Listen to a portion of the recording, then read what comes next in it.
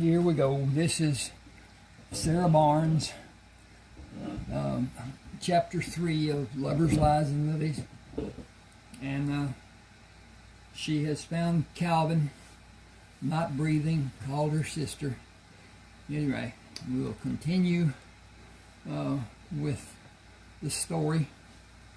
Okay, let me see if I got everything straight here. Looks pretty good. Whatever.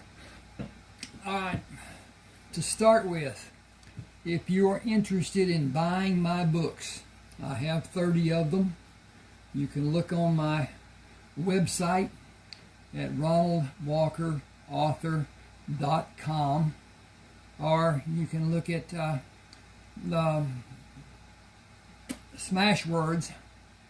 Look up Ronald Walker Author, or you can look up one of the books, or whatever. But anyway, the payment for one. And I use Zelle, Z-E-L-L-E, at both the banks that I use here in East Texas.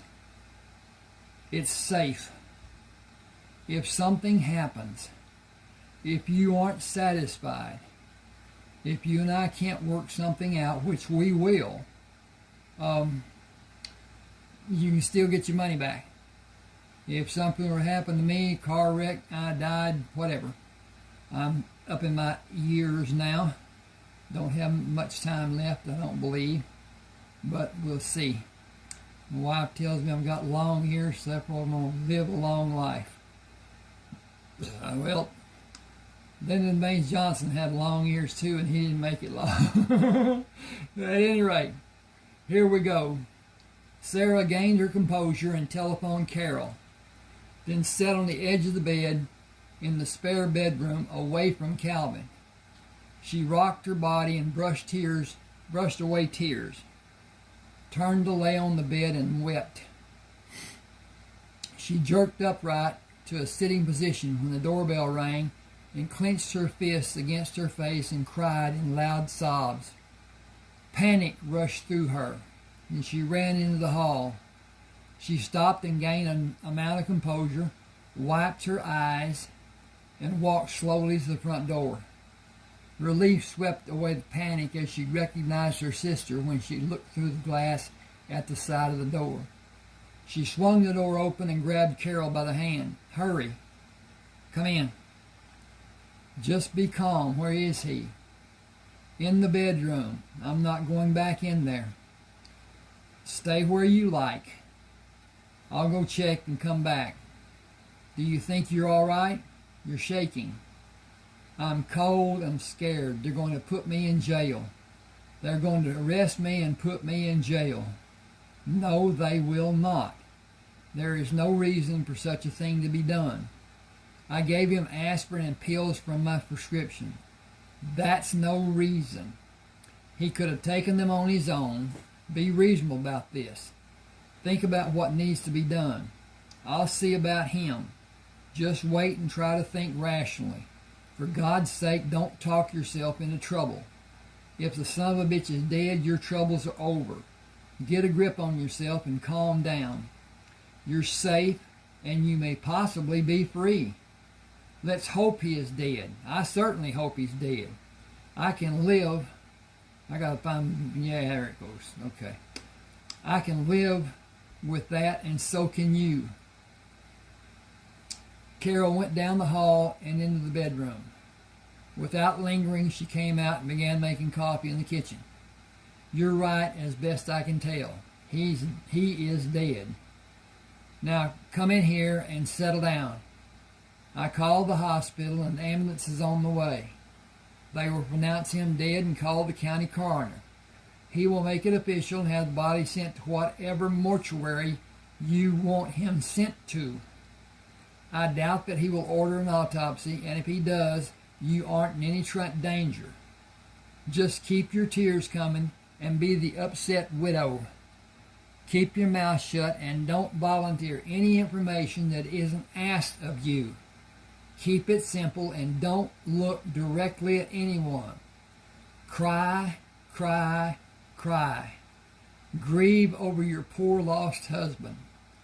If you have a problem crying, take one of those broken fingers and twist it. You'll cry then. Carol placed her hands flat on the table. Are you ready? Can you pull this off without shouting for joy at being free of the bastard? You're sure they can't do anything to me? Absolutely certain. Unless you say something stupid like you killed him. It will be ruled as death by natural causes. Straighten up, keep calm, and just cry. I'll answer all the questions I am allowed to answer. When an operator, I got an A there, should be an A-N. When an operator at the hospital asked what the emergency was, Carol said it appeared to be a heart problem. The ambulance arrived, heralded by the up and down volume of the siren. 2 paramedics examined Calvin for his life signs and asked to use the telephone to call the county coroner. Carol heard him say hello and asked to speak with the coroner.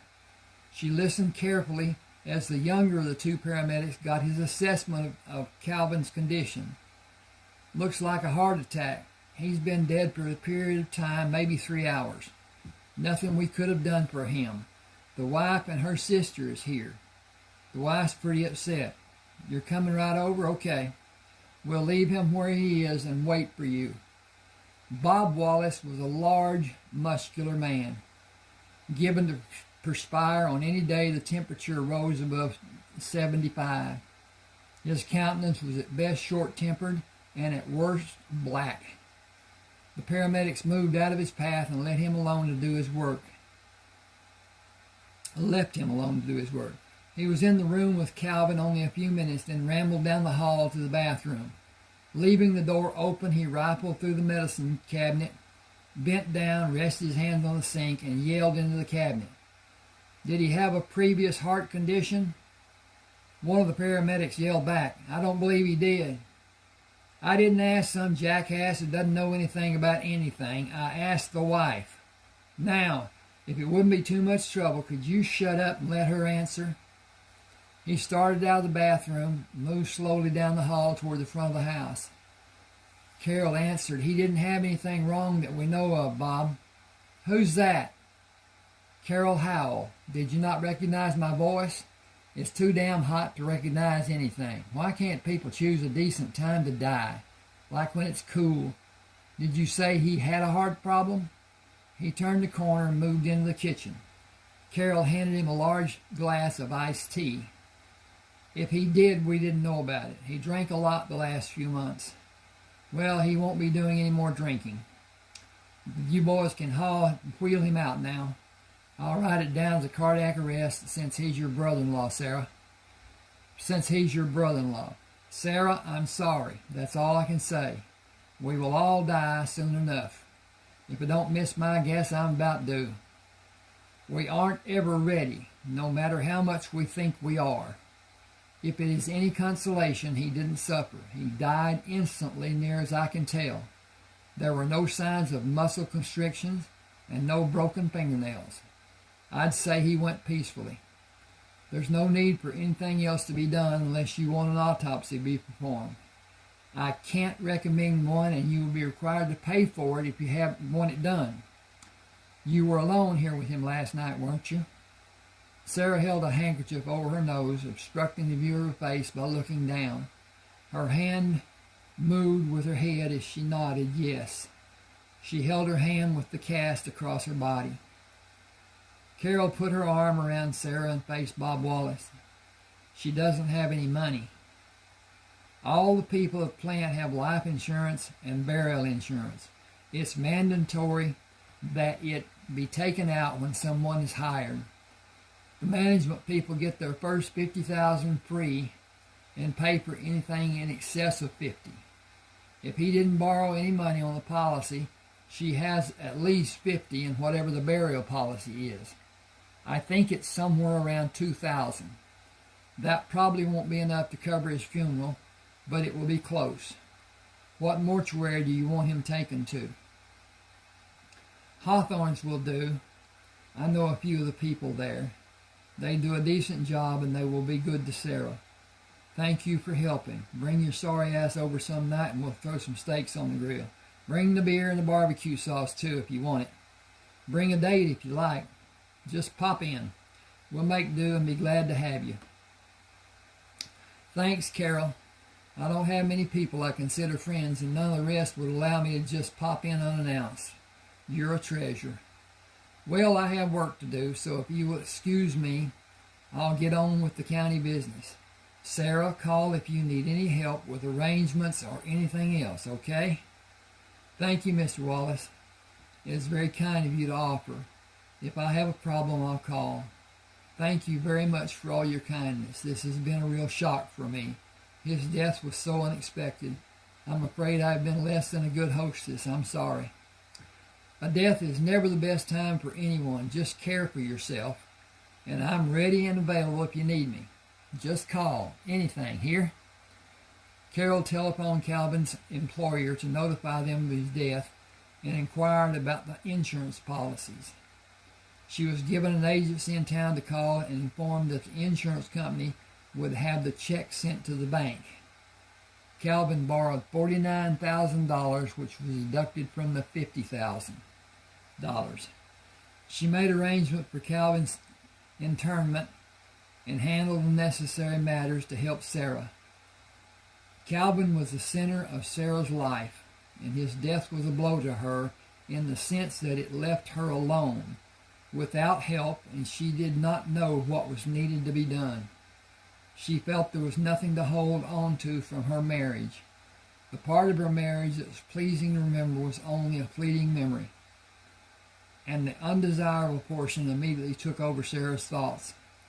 She felt her own life had ended, and desperation gripped her efforts at trying to construct a new one.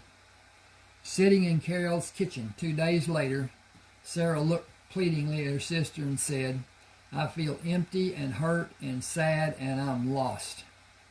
How do I begin a new life alone like this? Excuse me a minute, I'm going to get a drink of Pepsi. No, this is tea. Okay.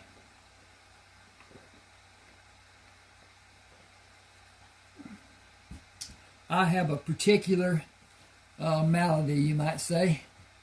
I had a bleeding ulcer, and the bottom valve, the pylorus valve in my stomach, was removed, and the gut was resected.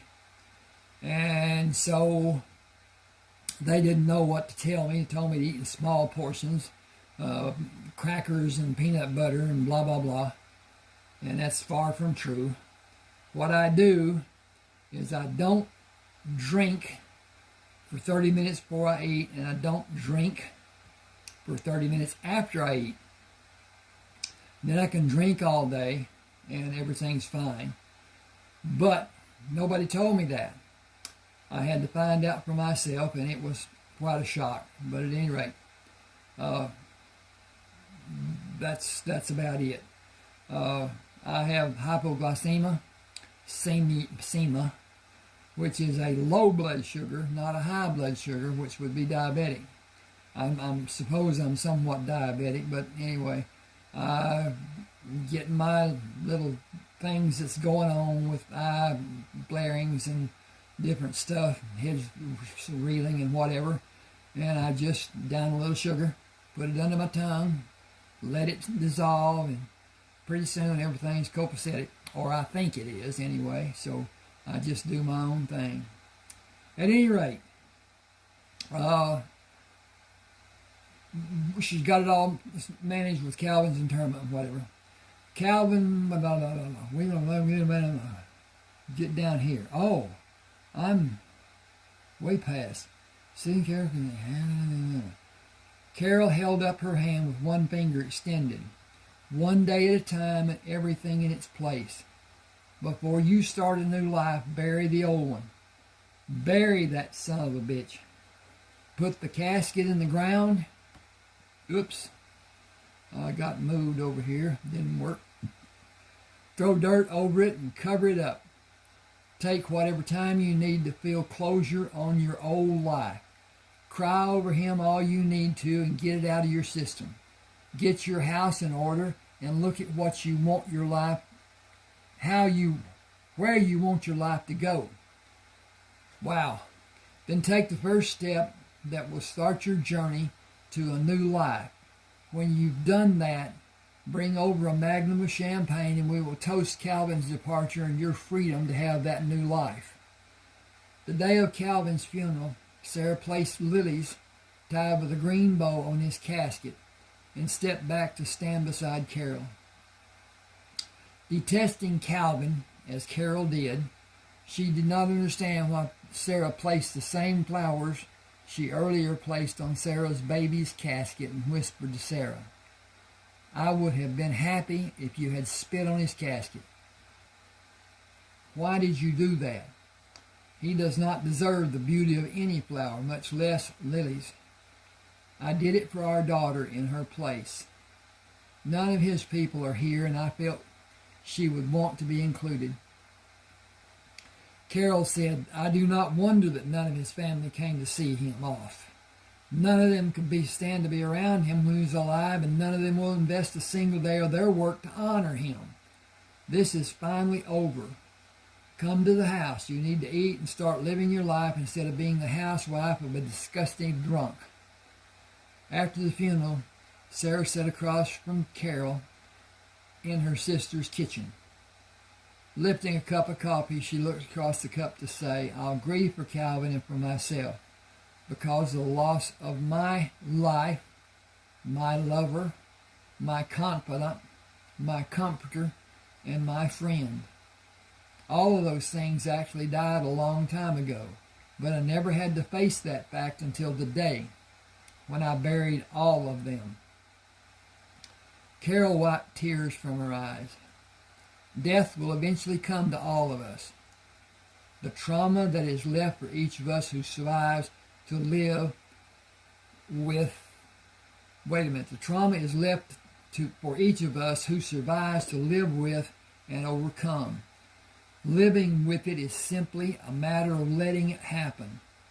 You have to formulate a way to overcome, to manage, to put it in the cubbyhole where it will stay so it doesn't affect you in everyday life. That will not come quickly, and you will have to be patient and let it happen. You have to discover how to do that in the best terms for yourself. It will be difficult, but you will get through. You were a victim. Now you're a survivor. When you have your head and life in perfect order, you will be at the next step, which is thriving. You have to nurture yourself as you are a growing plant and grow as the plant would. Thrive as a healthy, autonomous person. Don't idolize Calvin's memory. Don't make it better than it was. Remember everything, not just what you would have liked it to be. Remember how your hand was broken and look in the mirror from time to time. It's very evident you weren't able to completely straighten your nose the last time it was broken. Remember that. Yes, and remind yourself what your life was like. And remember how you were hurt. How much worse would the abuse have become? How much worse would your injuries have become? Thank God he's dead, and we will never know how far it might have gone or how bad you might have been hurt. Okay, this is chapter 4. Excuse me just a second. I got to check on stuff here. I have a problem that I don't know if it's actually real. YouTube just does not allow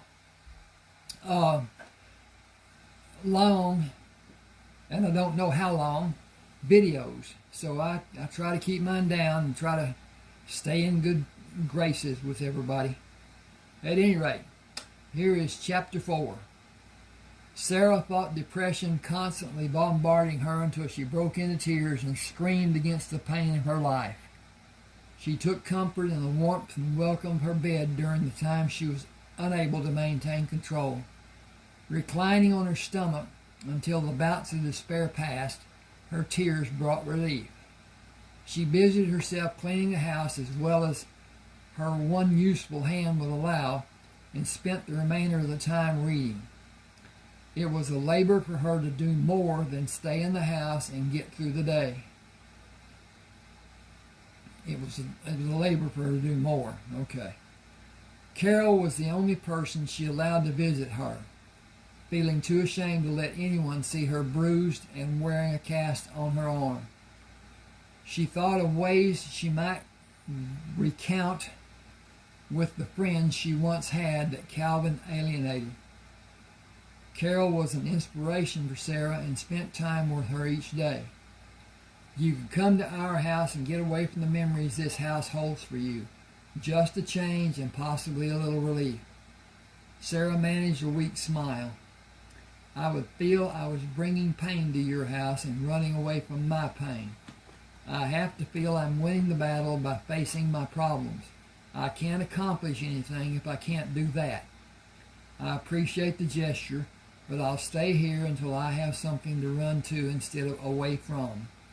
The cast comes off tomorrow, and I think it will help. If I can manage to get through this week, I think it will be a milestone and I'll be so much better. The following day, Sarah got up early and put on a record with a fast beat, hoping it would cheer her and brighten her day. She fixed breakfast, but only ate a small portion. There was a monumental day. This was a monumental day. Excuse me just a second. I got a repair to make here. If I can get this done stuff. Okay. Had a comma there. Didn't need to be. Now I got a place where it says to put a comma and I don't see the sense in it. And divides the sentence, and I think that's good enough. Now, yes, if subject is on one end of the and another on the other side, yes, it needs a comma. At any rate, here we go. This was a monumental day. The cast was to be removed, the enigma of that presence would be gone. She cheerfully dressed for the visit to the clinic. A small saw produced a whirring noise, and its revolutions diminished as it pushed against the plaster. The doctor broke the two edges apart and removed the bandage from Sarah's hand. The paleness of her skin will be gone in a short time. I'm sorry, he's talking. The paleness of your skin will be gone in a short time. You have healed very nicely. We should have a toast, but there are laws and we are fresh out of champagne. Call me if there's a problem. You may suffer small strains if you overdo. The muscles in your hand have atrophied. Oops. I'm not on the page where I can do this. Okay. Atrophied from lack of use. Ease back into using your hand. It will gain strength in a few days and should be fine. Sarah looked up smiling. Thank you for all you've done. She felt a heavy load was lifted from her when the cast was removed, and before going back to the house, treated herself to a meal at her favorite steakhouse. She found little change about the feeling she had toward her house. It was a symbol of pain she had suffered, and she took no comfort from having it. The necessary paperwork to make an application for Calvin's insurance was filed, and she was told she could expect a settlement in 2 or 3 weeks after the insurance company received his death certificate and acceptable proof of their marriage. By virtue of a state law, the funds in her bank account were frozen after Calvin's death. He died without a will, which left the ownership of belongings on both their names in question. Sarah was legally indigent, but there was no other claim that could be made for ownership of the estate. She petitioned the court for survivable spousal ownership and continued to live in the house while her petition was being reviewed. She was not able to withdraw any of the money in their account, and the funds were given to the Hawthorne Funeral Home to be applied to the expense of Calvin's burial. Sarah was left to ask for charity from those people who Carol knew that might give her aid. The lending institutions refused to give her a loan, telling her that she had no credit rating because the loans taken out before Calvin's death were in his name. She tried to use the insurance settlement as collateral, but lack of a credit history was again cited as a reason for refusing to give her a loan. Even Calvin's bi-monthly check from work was given to the funeral home as quickly as it was deposited in the bank. Carol made her a loan of $300 and helped her get through the weeks before the cast was removed. But that was not enough to pay all the monthly payments, and the funeral home was pressuring Sarah to pay the remainder of the funeral expenses. Excuse me.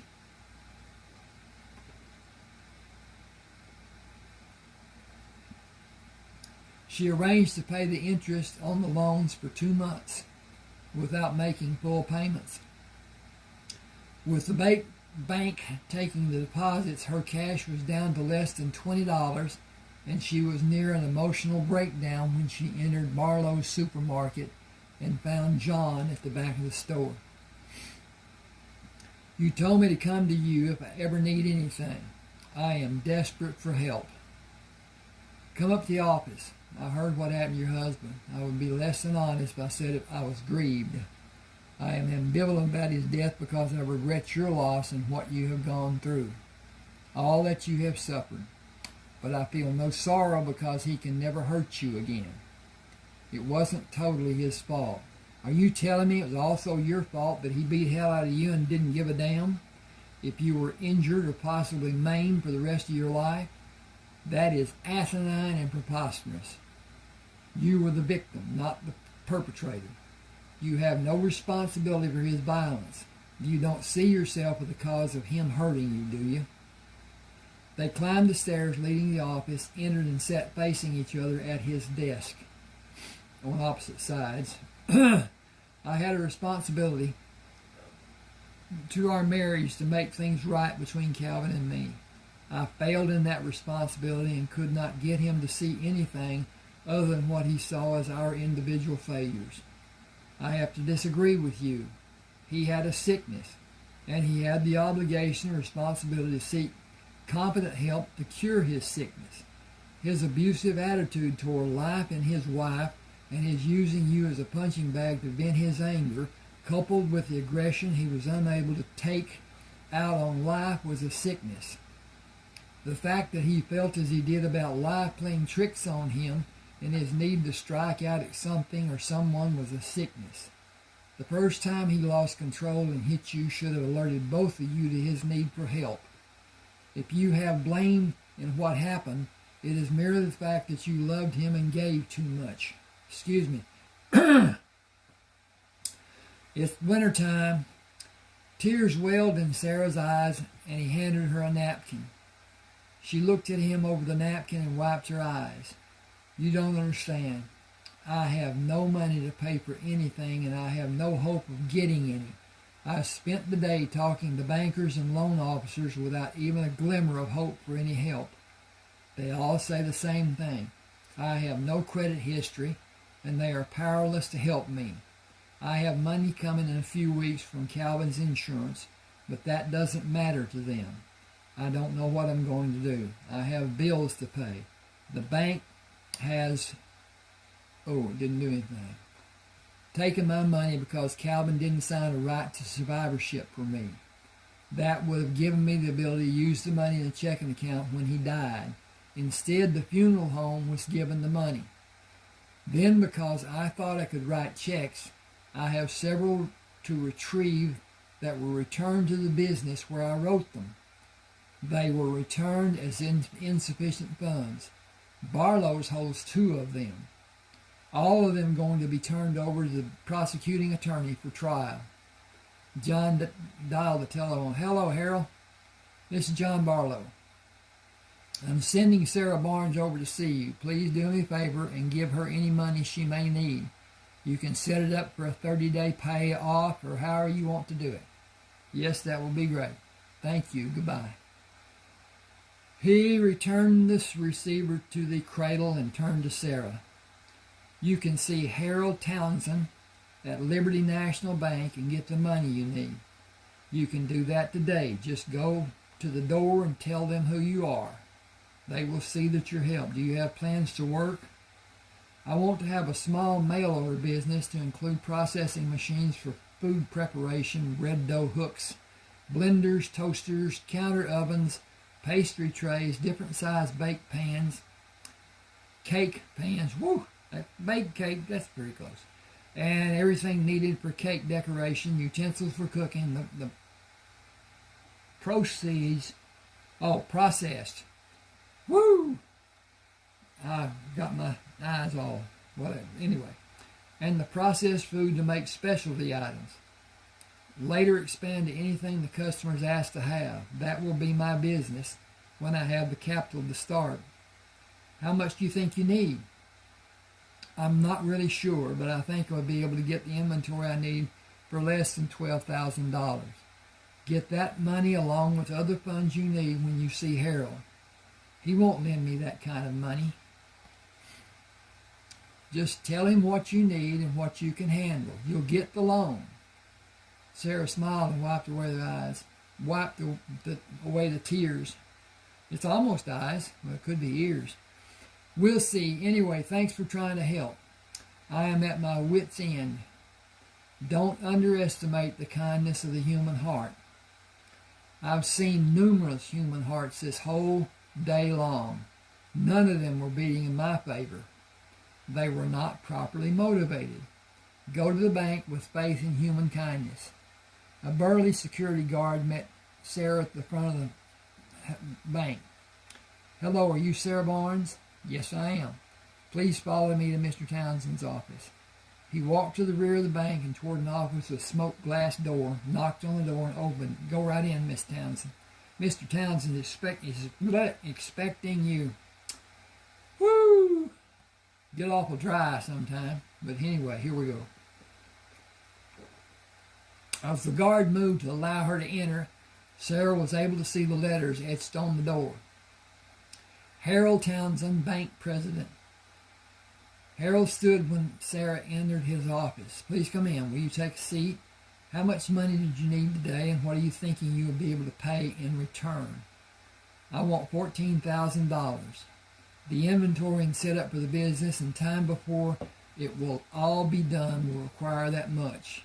I am gambling, but I am confident I'll be successful. There isn't a problem with that figure. I'll have Miss Stringer draw up the papers for your signature. Do you want cash, or can we offer you our service in the form of checking or saving account? The checking account might serve you better. I'm sorry, Mr. Townsend, I can't afford to have two checking accounts.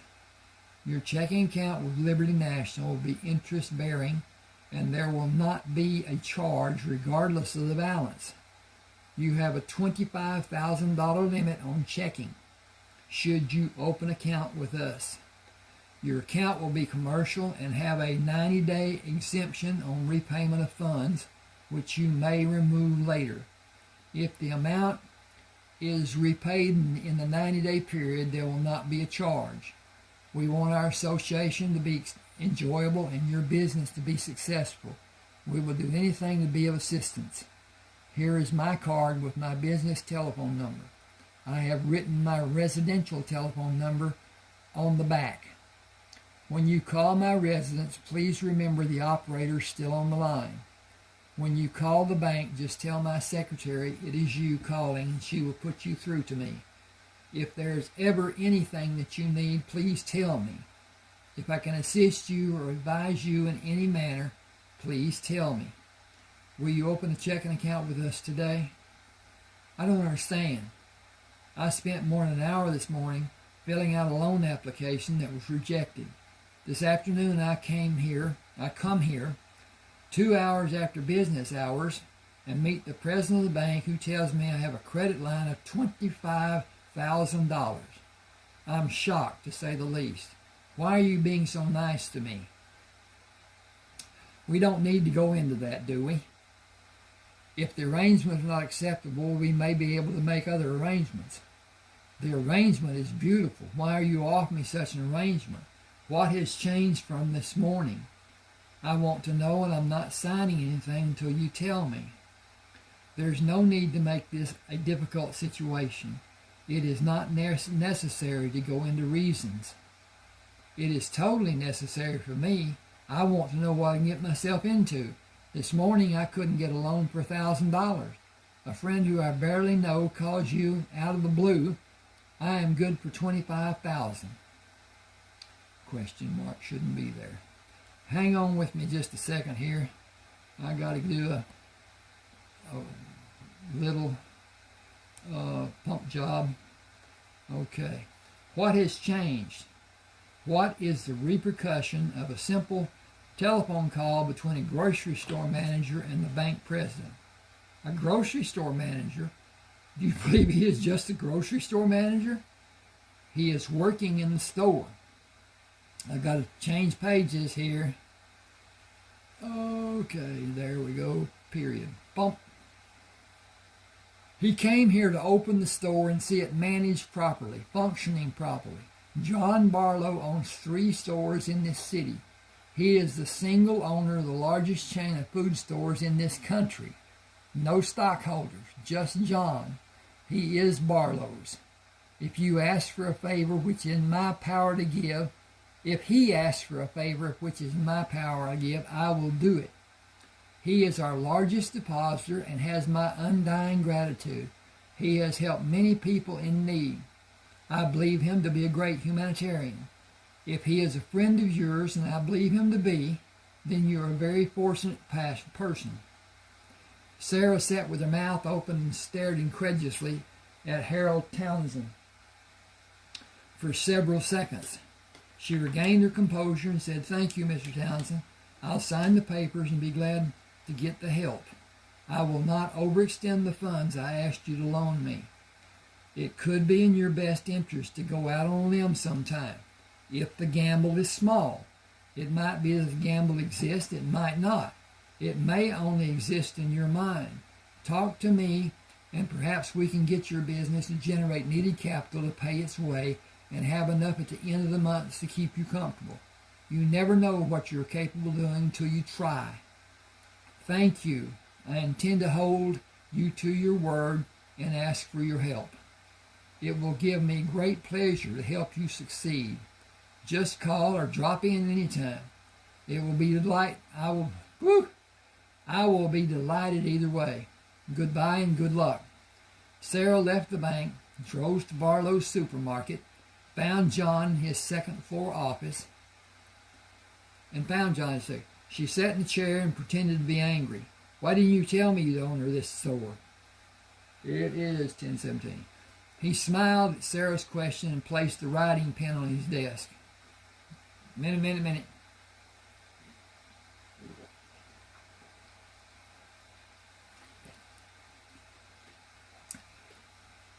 I own the 3 Barlow stores here and the chain that stretches across the eastern and middle parts of America.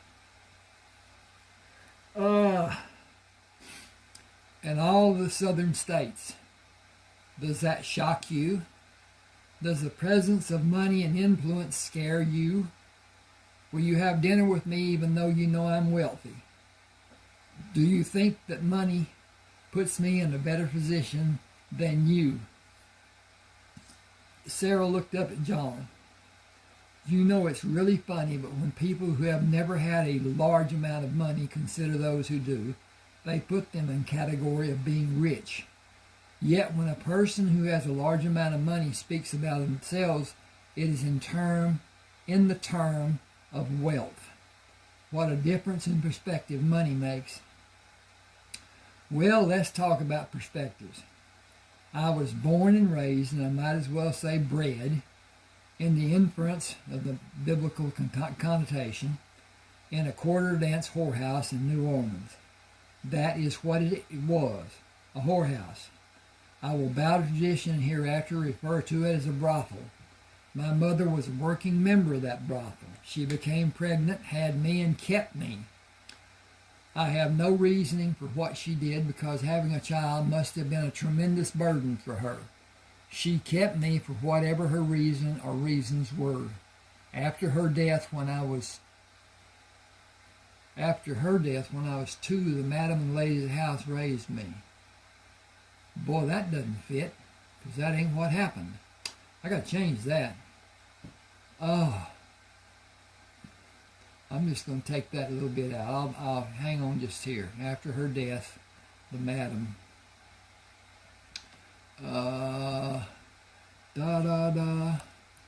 See what happened? My computer turned belly up. And this is a text that I took off of a disc, and have not had a disc reader until the other day. But at any rate, I'm repairing as I go along. Okay, the sentence is, after her death, the madam and ladies of the house raised me. Every need I had was provided, even education and discipline, by all of them. Not a single aspect was ignored. I worked in the brothel as soon as I could walk and talk. Whatever the ladies of the Johns wanted, I did. And I always did it quickly and with a broad smile. Perspective, I have a million insights into perspective. I learned at an early age that nobody outside of the house had time to really care. Even today, nobody can afford to invest too much time in one individual. An act of kindness may be given, but true investment is just too involved, too time-consuming. My name is a play on some person's perspective. I was never to be just another John, so I was given the contraction of John, which is Jon. It may have been spelled in a different way than is usual, but it's still John. Every man who came to the house was called John. It made everything easier for everyone and safer. I was called Johnny to distinguish me from a customer. I was given tips for any service I rendered and saved all the money I could put aside. If I wasn't asked, I made suggestions and volunteered my services. I worked as hard at helping them as I could and always did it with a smile. I busted my ass to please all the people I was around. I tried. This didn't work, so it's got to be up there. I tried to convey to them that I was happy to do anything I could for them because most of them had already done so much for me. Most of them had gone out of their way to help me, and I tried to pay them back and make them proud of me. My rewards for trying to please them evolved from the thank you, which I got at first, to reasonable tips for a small child and probably unreasonable tips for a young man. Even good tips for the racetrack. I had people place bets for me, but tips are not an absolutely foolproof bet. Those bets always won. When I was old enough, I tried other bets on my own. Some were winners, some were not, and I had no desire to lose money. I'm going to repair this a little bit too, if you bear with me. Now that's kind of a funny thing to say because there are really only two bears. One has no clothes and one is covered with hair. So how do you bear with anybody? Get naked? Okay. I learned the only safe risk was to not risk. I saved all I could and I protected it from loss. After I saved a tidy sum of money, I went to the docks and bought anything I could wrangle from the ship captain or the first mates and sold the items on the street and to patrons of the brothel. The people on the ships would sometimes feel pity for me and let me have parts of the cargo. Profit in selling a ship's cargo was best done by selling it to a single buyer. They would not usually sell a division of the cargo to anyone else. My first major purchase was a wagon load of bananas. It was an outrageous failure at the very beginning. The teamster who owned the wagon and helped me load it made me pay him and then stole the entire load. I only got it back because I told Madam what happened. She sent me to see an attorney who put the word out on the street. Got to go over here and turn the page. He advised the teamster to return my goods or suffer the consequences. He not only obliged, but helped me sell the load for a handsome profit. I made small purchases over a period of little less than a year when I got enough backing from different people to order food items to be brought to New Orleans and sold them on the street. John suggested that I should open a store and sell my goods, and that is how Barlow's was born. The name was not a problem for the people in southern Louisiana because of the French Acadian influence. It is pronounced Barlow. I considered changing it to ease confusion, but the stores grew so fast I never did. Sometimes I'm proud of my name. Besides, I don't know where it got sometimes, but anyway, I messed up there. Please excuse me. Besides, I am proud of my name. It truly sets me apart from the normalcy of the everyday name. Excuse me, but I'm getting ahead of myself. A third store was quickly built in New Orleans, and then the construction absolutely exploded. There were several times when cities actually gave me ground to build on, just to get my store built there. I got the chain started, found people who could handle the store management, began to know financial success, and went to Tulane University. I wanted something to fall back on as food stores flopped. I got a doctorate in pharmacy. But more than a degree, I got a wonderful time. I once had 16 dates with 12 different girls in 14 days. If I had much more education, I might not have survived. It is still difficult to realize the growth that higher education forces on the student. I started at the bottom of the heap and virtually came up from poverty. I was taught every trick, whether it was for good or for bad. I have seen about everything you can imagine about every type of person. I have been educated in every sense of the word, in particularly the worldly sense. If you want to do something in a different way than is usually done, I can probably tell you how to do it and tell you what the outcome should be. The problem is not the circumstance, but the individuals. Pride will not allow many people to accept the expertise and experience of another person. It is a shame, but it is a fact. A very cold, very hard fact. I've seen every type and description of woman anyone can imagine, and you are the loveliest woman I have ever seen. I wanted to know you the minute I first saw you. I wanted to possess you, hold you, touch you, love you, know you, all the most intimate ways possible, if you will allow. I don't want forever, and I only have a short time to give you. I will show you things you have never experienced in your life. I will give you sexual pleasure you have never known or dreamed to be possible, but I can never give you my hand in marriage. I had good sexual experiences with Calvin. Is he the only man you ever bedded? Gotta flip the page. Yes, he is. Well, I'm not flipping. I would hazard a guess that you have probably never experienced an earth-shaking climax. You have probably never had love made to you by a man who takes his time. You are probably in the large percentile of women whose husband's idea of foreplay is about 3 minutes of affection and 8 minutes of animal lust. His idea of sex was probably get it up, get it in, get it all, and get it off. He never considered you because you did not know how or what to do or what you needed to have done. I am not trying to denigrate Calvin. I am only saying his education in the bedroom was probably limited. Most men are too embarrassed to go to a house of ill repute and learn sexual technique or research sexual responses, or they didn't have a partner who could teach them. Everyone is different in their responses, and a sex life as a program requires experimentation and discovery. It needs times for the partners to note the other's needs and ability to respond. I have no doubt our first time together will be explosive but awkward, and it will be a sexual awakening for the two of us individually. Excuse me.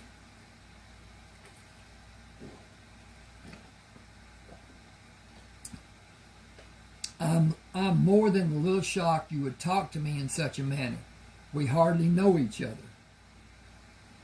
We can keep our relationship at this level if that's what you want. It is not what I want. I felt the same strong urge you felt when we first met, but I would like to ease into something and not be bowled over by familiarity. Sarah, familiarity is exactly where I intend to go with you.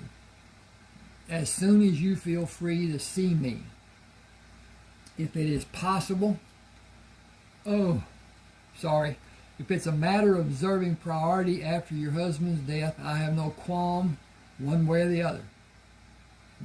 It is a matter of location. I bought a house out in the country when I came here to open this store. You can have the house and the property when I leave. If you remain monogamous with me through our time together, I'll sell it to you for $100. And change page. Sarah looked down at her hands. I would rather not be seen in public with you for at least a month. Does that mean you won't see me for a month, or only that you prefer not to be seen with me? If I can see you in private and your house is secluded, any time would be all right for me. I'm still a little numb from Calvin's death, but our relationship was deteriorating more and more each day. I think love died for both of us a long time ago. I don't feel I need any time to recuperate.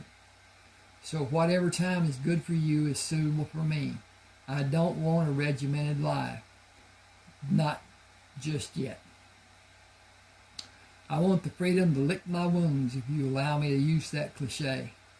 I want to be able to relax, get over the trauma of what my life became, and get over Calvin's death.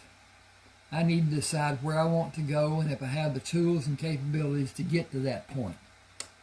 It sounds to me like you need to get away from the surroundings you've been living in and let those memories dissipate. If you stay in the house, they will remain as vivid as they are in your memory now. That isn't a healing process, and you need to heal and forgive. Why don't you get your clothes and whatever you need and move into my house? There are 3 bedrooms and 2 baths, and the house is fully furnished. If you like, you can take one of the bedrooms that has a bath adjoining it and isolate yourself from me until you begin to feel more social. I will give you time and try to understand how you feel and give you support you may need. Sarah stood and met John at the side of the desk, reached out and held him in her arms. I don't need seclusion. I don't need privacy. I want to make love to you and feel like a complete woman again. I understand I need to heal. A gentle touch will do so much to start that healing process. Then please get what you need from your house and meet me back here. I have a variety of loose ends to tie up, then you can follow me out to the house. I can cook something on the grill, we can eat, and see where we go from there. Does that sound like an all right plan? It may be a little while before I can come back. It may take a bit of time for me to gather all the things I want to have with me. No hurry. Take all the time you need. We will meet you here. Woo! We will meet here when you can. I will wait for you. Excuse me, I need to check on something. And something is what I'm checking on. Okay. Sarah walked through the house that only held bad... Back up. Sarah walked through the house that now only held her memories. She felt the sadness of her betrayal of that life, the guilt of the death she felt she caused. It was good for her to leave this life in the house she lived in, loved in, felt secure in, known fear in, felt terror in, and feared what might have erupted at any time. She finally felt relieved because she was able to leave those feelings, those memories, in this house. She packed 2 bags, a makeup kit, a portable hair dryer, and curling iron, and decided she would come back if there was something she needed. She left the hall light on and locked the doors. Calvin's car was in the garage. She would sell it when the court gave her permission. She felt the urge to sell everything, tying her to the past and the hurt and ugliness that she associated with her past.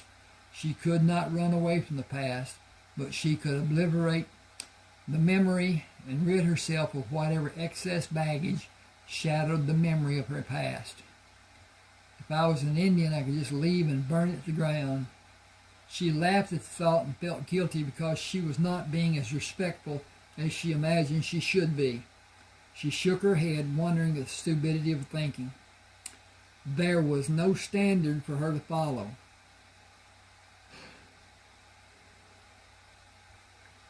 It was not her intent to kill Calvin.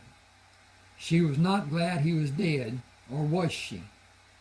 No, his death was an accident. Her heightened emotion made it impossible to decide how she felt about his death. She was glad he was not able to hurt her any further. Perhaps she had chosen to kill him in her subconscious and was afraid to admit she wanted him dead. It did not matter at this time, and she closed her mind to the questions tormenting her. She was about to begin a new life, and she would not allow her conscience to interfere with the elevation she felt or the anticipation of making love with John. She tried to imagine what his touch would be in comparison to Calvin's. He always mauled her and never asked if a different pressure or touch would excite her or feel more sensual. She took his love-making as a matter of fact and never considered he was not knowledgeable of the kind of sexual response John spoke of. She had always enjoyed the small amount of time Calvin allowed for their sex life. But it was as John had said, very little foreplay, and after Calvin reached orgasm, the act was completed. He went about the things that gave him happiness. He would never lay with her and hold her or fondle her. He considered that a part of the actual sex act and restricted it to the bedroom. They had not been intimate since she lost the baby, a period more than 7 months. She yearned to feel John's touch and hurried to meet him. Okay, that's chapter 3 and 4. Again, please subscribe to my channel, hit the like, hit the share, maybe comment about something, whatever. If you want to purchase and your bank has Zeal, all you do is do a messaging on there and send the money to an email address. Then your email address will show up on my account, and the money that you had sent, then I don't even need your address, don't even need to know where you live. I will send it to your email. It will be in Word form. I'll do a PDF if that's what you want. And but at any rate, all these 30 books were published on Smashwords. Smashwords has sold out to Draft to Digital, D2D, and they are not, I guess I'd say, user-friendly. And I need to get away from that type of whatever. One of my books last 2 weeks ago sold for $6.99, and by the time they got through with it, I got 32 cents sent back to me, which means that they got a discount and they got all kinds of whatever, and the D2D got their part. And when all was said and done, it mattered not to them what it was. I got 32 cents. I worked long on these books. The first one I wrote was called Mutual Transitions, about a man that was traumatized and had traumatic amnesia and was found and got his life back through some hooking and crooking. But at any rate, that book took me almost 5 years. I was driving a truck. I put my heart into it and my head and not my common sense. I didn't do what most truck drivers did. I didn't drive the 8 hours that was allowed. I drove. I did everything I could to make every penny I could. And when all was said and done, with the usually $180,000, $200,000 that was made every year, by the time the truck payment was paid for, maintenance was paid for, fuel was paid for, and all the other, I didn't get $30,000, $40,000. And I had to pay somebody to take care of the animals that I had. Didn't sell them, should have. But at any rate, didn't. I'm going off here. Okay. Appreciate you being with me. let me know. Send me an email. I really, really appreciate it. Thanks a lot. Okay. KKK.